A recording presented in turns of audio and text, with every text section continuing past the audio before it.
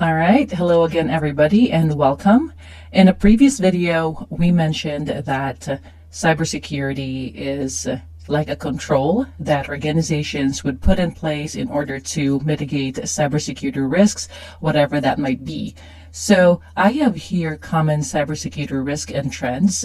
There are more than these, but I will just give you the most common ones, and these are the reasons why organizations are protecting information and information assets. So again, cybersecurity is a control placed by organizations so that we can mitigate any kinds of cyber risks.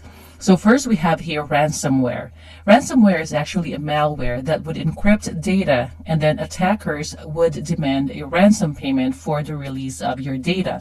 A lot of times they will give you the code or the decryption key, as they call it, in order to decrypt your data.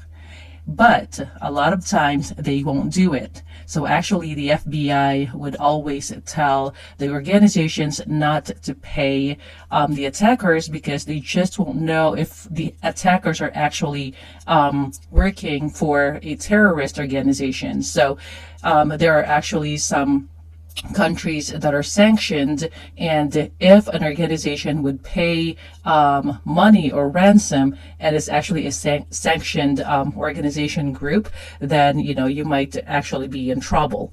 So I know that it is a hard decision if your data is being held captive, so to speak, and you just want your data back. But again, there's just no assurance that you are really going to get that decryption keys. But again, sometimes the attackers would release that to you and you can get back up and running.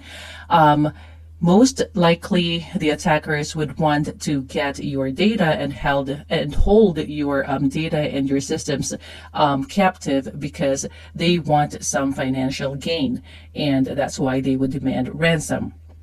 So that is why it's very important that organizations also have good backups so that if that ever happens, they can recover from their backups.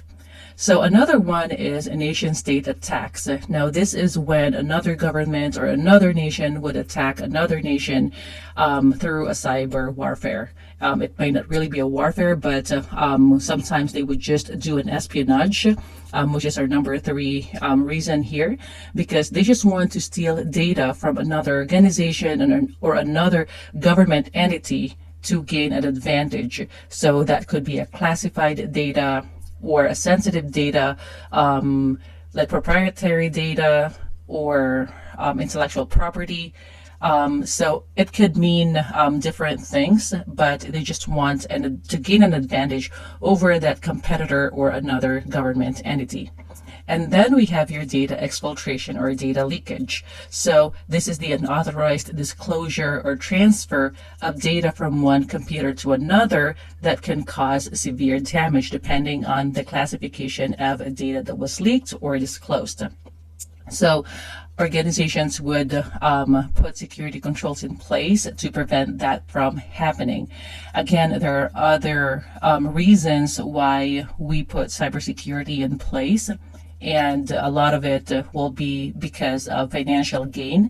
Attackers would break into your organizations, like in your system and your networks, in order to get something that they can sell in the dark web, and they can also use to have or to perform other malicious activities and even criminal acts like identity theft and some other things. So again, we have to put proper controls in place to mitigate all these risks. And also, just a side note, AI and AI risks are very, actually they're a very hot topic these days. So you just try to be aware of that as well. A lot of times organizations would not allow the use of AI because of the dangers that it poses to our organization. So it could cause data leakage, even though it is unintentional, but it can still cause a lot of damage. So just keep that in mind. And that is all for this video, and I will see you next time.